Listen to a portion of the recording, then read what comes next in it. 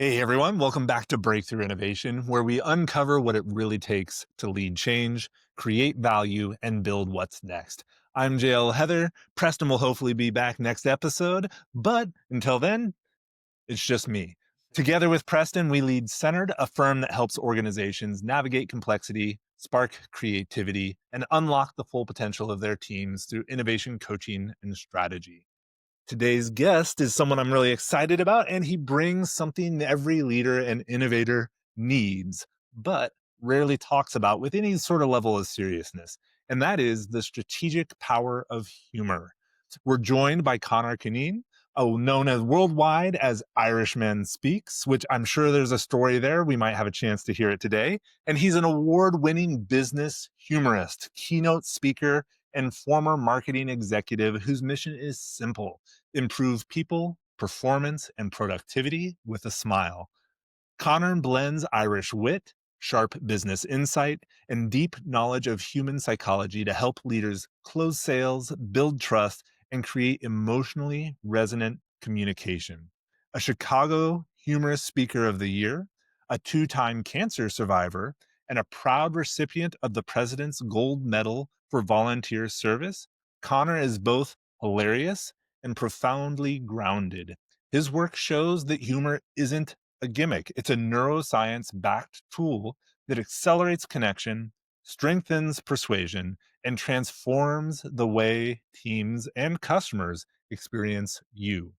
Conor, I think this is going to be a really fun conversation. I think humor is a big tool in my toolbox. So I'm really excited to dig in with you. Welcome to the show. Delighted to be here, JL, and thanks for the invite. Awesome. So let's start broad and maybe general, because you describe your mission as improving people, performance, and productivity with a smile, which I love, by the way. I'm curious how an Irishman who's apparently been exiled to Chicago came to realize humor was the strategic leadership tool and not just entertainment. Like, I'd love to hear about some of your background and where you're Yeah, coming from. yeah, all right. Well, JL, as you can gather from the accent, I've been working on the Chicago accent for about 26 years now, and I've nearly nailed that kind of thing. Almost there. Almost there, yeah. But I came over originally, I was working with a company called Best Foods and taken over by Unilever. Hellman's Mayonnaise was our main brand that people would know. And I think I realized that the Irish brogue and the Irish culture is very well accepted here in the United States, Oh, yeah. which did help me to open some doors. But you've also got to have good business sense and good business knowledge and capabilities as well. After I left Unilever, I set up my own consulting business. And over a period of time, it was originally called Grow Business Profit. But as I was being asked to speak at conferences and realized, hey, they actually pay people to speak at conferences, I said, I really enjoy this. I've got good messages and I've got a style that helps to connect better with the people. And over a period of time, I morphed into Irishman Speaks as the brand. That happened, I think, because I really believe, and I've seen you reference it a few times in some of your innovation podcasts, you got to be able to listen to your audience, listen to your client, and Yeah. understand them. And I once or twice I heard people say, "Oh, the Irishman who speaks," or phrases like that. And one day I just said, "Irishman Speaks." That actually sums it up really well. So I was lucky to be able to create a tight branding that is very, very descriptive of what I do. And how the humor happened, what I found was that people saw that would say, "Kind of, that was very humorous or funny presentation." Um, and I realized after a while, JL, that humor definitely helps to break the ice. Hmm. And over a period of time, I went from maybe just throwing in a little bit of humor to get people laughing to bringing humor in to build connection with them by getting them laughing. And that's what I say, that humor, the core benefit of humor for a salesperson or for a business person is not to get them laughing, is to build connection with them by getting them laughing. And there's neuroscience to justify and prove that comment. Well, and it's not even just connection, right? I think connection is the first step to influence. Yeah. Right, and you talk a lot about how humor builds that trust, connection, and likability. Yeah. But maybe tell us a little bit about how you take that next step and use it to get to influence. Right. Well, basically, the way it works, I describe it, JL, as that when we laugh or smile or chuckle, and neurotransmitters pop in the brain, like dopamine, oxytocin, serotonin, endorphins, the DOS, DOSE is the way I sometimes refer to them. And what I actually say is that when you put a smile on someone's face and make them laugh, the endorphins pop, and the person you're speaking to feels better. If you can Hmm. make a person feel better, that their brain appreciates that, hey, it was the Irish guy that made him feel better, or it was jail that made him feel better. The brain helps you to build that connection and Right. likability with the client. So there's very good neuroscience for it. What I actually do say is that, uh, because I say, all right, we've got neurotransmitters activating in the brain. I say that's a bit kind of heavy. What actually happens is that we've got little men in the brain, and if you which are dose, and if you can get those popping and dancing, the client is going to feel better. And then someone said to me on one occasion, JL, Connor, you're Irish. Don't say little men, say leprechauns. Okay. So now what I try to get across to the client early in the presentation, or the conference speech, is that your objective is to get the leprechauns dancing in the client's brain. Now, there's two things about that. One is that it's very descriptive and memorable, Hmm. much easier for the client to remember than we got to get neurotransmitters activating in the brain. Yep. And also, what happens is that, or it's humorous, ties in with my brand image, but also there is definite proof and science that says that when you say something in a humorous way that's relevant, it actually helps to build the memory and the retention as well. So it's Right. a win-win-win situation. It's kind of like what when we talk about gamification, like when fun happens, whether that's humor, whether that's a game, whatever it is, when that fun happens, Yeah, people become more engaged. And I think there's a lot of truth to the saying. People will probably not remember what you said or what you do, but they will remember how you made them feel. absolutely. So Yeah, I think there's a lot to that. And I think so many leaders could benefit from this. But I can't tell you how many times I've brought up the concept of humor with leaders, and the first quote, the first response is, "Well, I'm just not funny." right. So I think you've said, you don't have to be funny to be funny. Like, how do you help leaders cross that gap of I'm not funny to actually leaning on some humor in the way they engage with their teams? Right. If I was to ask you how many times did you laugh or smile yesterday, just out of curiosity, how often do you think you laughed or smiled yesterday? Oh god. I don't know. You don't know. And you definitely That's can't yeah, remember what made you laugh or smile yesterday, but yeah. almost certainly you did. And some research suggests that adults laugh 15 to 20 times a day, but we don't remember any of it. My core comment about you you don't have to be funny is a line I use consistently. What I say is that pay attention to the humor that you see around you. Pay attention to the humor that someone said yesterday that put a smile on your face. And this has got Yeah. to be intentional, JL. And the mantra I use is listen, capture, and record. So if you see something Mhm. funny, listen to it. If you hear something funny, listen to it. If you make a humorous comment that puts a smile on people's face, listen to it, capture it, and record it. Mm. Don't worry as to when you're going to use it. Just capture it. And if you can build, I suggest you build a muscle memory. So you kind of ingrain it into your system that next time I hear humor in a business situation or family situation that's appropriate, listen to it, capture it, and record it. And you will sometime, somewhere, be able to use one of those little elements that will help you to reinforce. That's what you need to do. Reinforce the message by a little bit of relevant humor. It's interesting. You started describing that process. I'm like, oh, he's going to start talking about the laugh acronym now, but you didn't quite make it there. Is the LNA like the first part of laugh, or what's the whole laugh It acronym? actually is. Well, Okay, the way I introduce this is that if someone says something funny to you, what will you do, JL? I would hope I laugh. Yeah, okay, all right. So that's Yeah, the question I throw to the audience. I say, that's the word I'm looking for, gang. A five-letter right. word that provides the framework for you to be able to add relevant humor to your presentation. Hmm. And in the time that we've got, we'll just go very quickly through them if it's okay with you.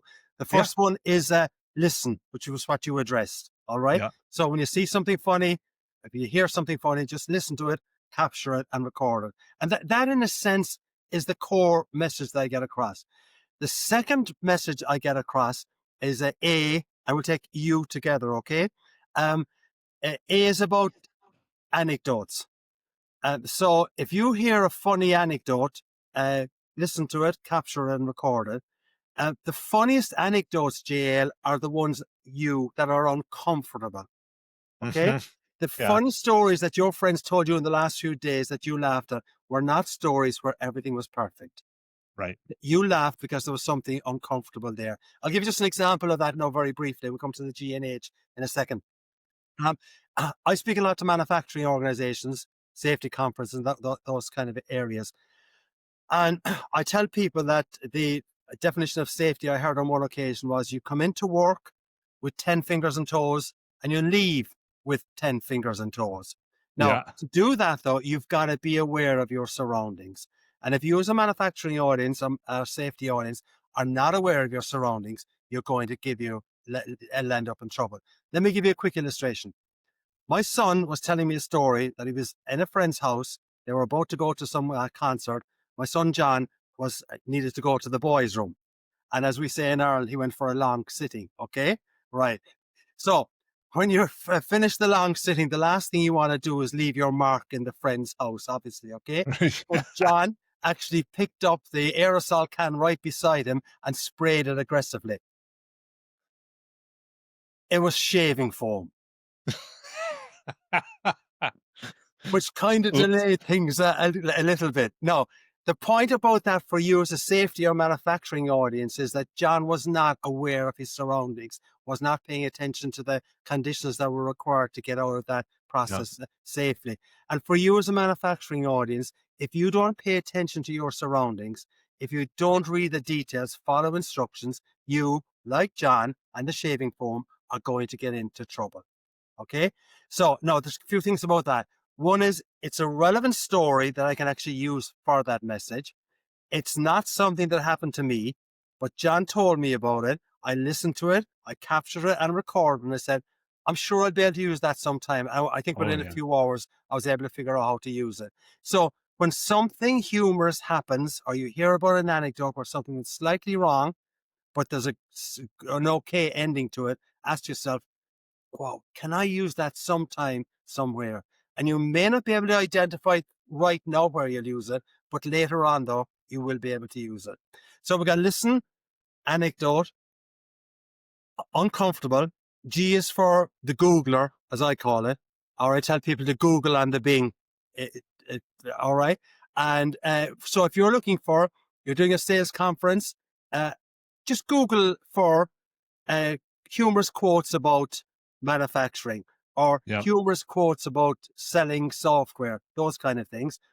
The other way to look at it is that if you're making a sales pitch or you're doing a business presentation, understand the client's pain points. What Yeah. keys them off? What kind of keeps them awake at night? Then just do a Google search for a cartoon or an image to represent that.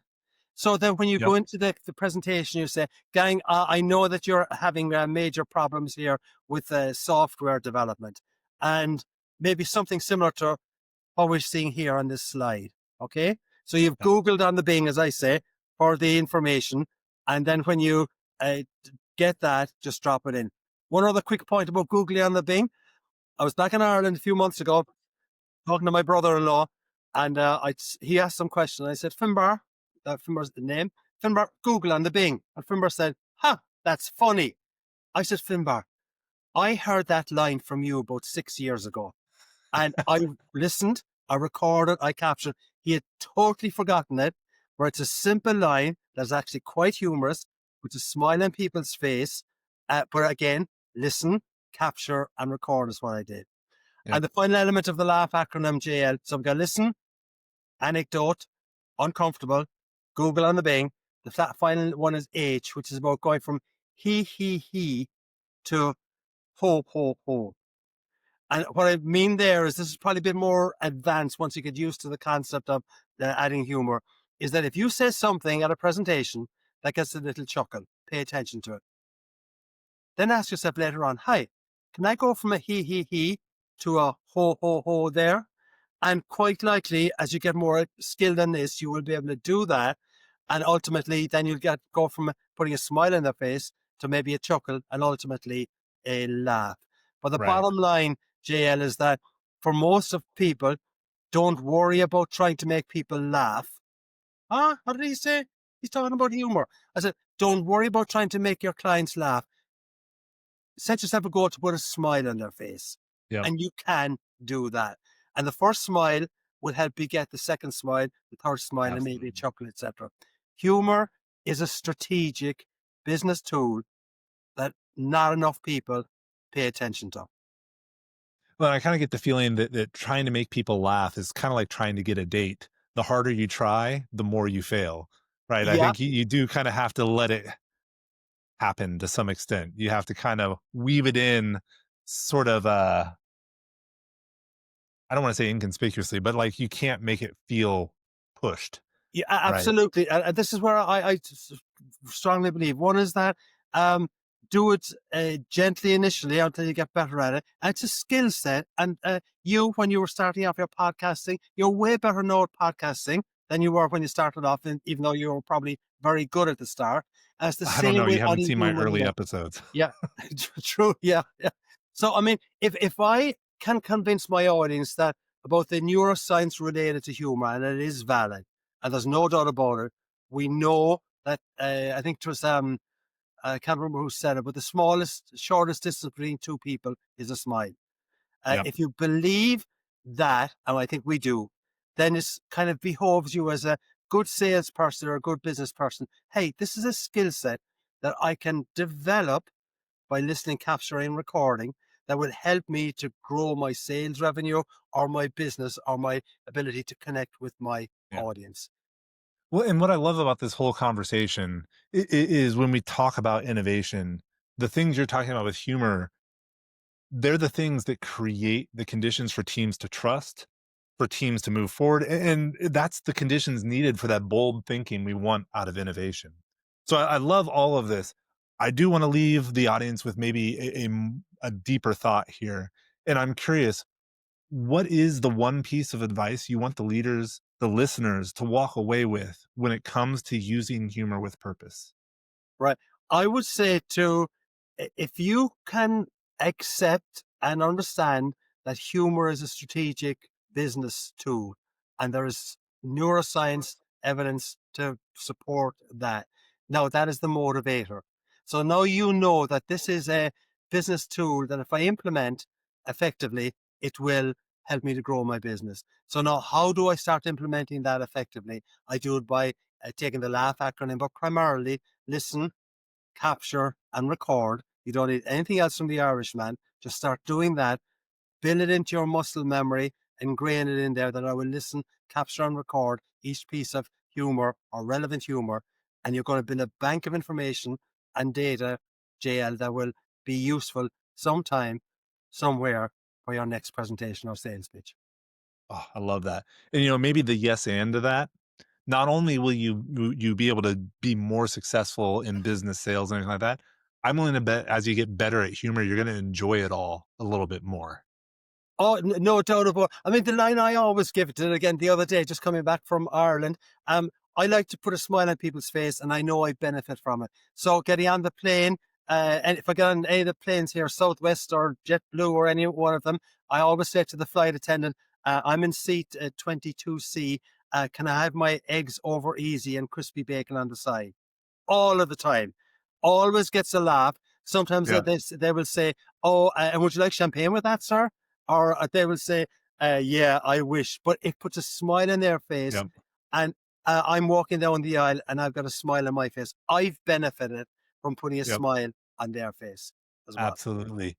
So Connor, if we have leaders or listeners that are looking to integrate humor into their style, into their speaking, any of it, what's the best way for them to reach out to you? Best way, JL, is the brand is Irishman Speaks, all one word. So the website is Irishman Speaks, Facebook Irishman Speaks, the LinkedIn, TikTok, Instagram, etc. All Irishman Speaks. One thing I would say is that the spelling of Connor is CONOR. or my parents couldn't afford two ends back in Ireland, JR. So, right? Yeah. I mean, I'm doing that now deliberately. One is to make sure they get the spelling right, but the other is just to illustrate that I can use that nearly in every single conversation. When you've Yep. got a piece of gold that is evergreen, it's just keep using it. And Yep. if you start listening, recording, and capturing, you will find those pieces of evergreen humor that you will be able to use the next time and the next time with different clients, etc. Yep. It's the gift from your parents that keeps on giving. Connor, this has been absolutely fantastic. I've enjoyed the conversation. I've laughed, I giggled, I've smiled. I think you've checked all the boxes here, and I really appreciate your time.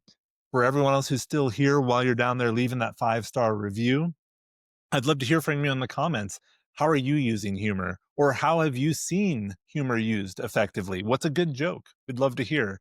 And then lastly, if you know anyone who's struggling with humor or could benefit from a laugh, maybe send them this episode, share the wealth.